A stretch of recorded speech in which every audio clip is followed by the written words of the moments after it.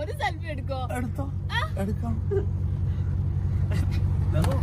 എന്താ പേരെന്താ? അഹല്യ. അഹല്യ.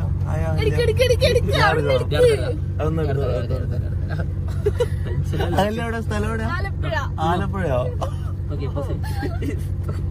ഇങ്ങോട്ട് നോക്കപ്പാ.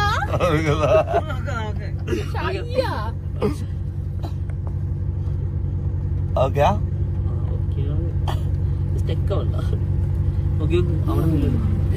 ഇതിപ്പോ എവിടുന്ന് വന്നു?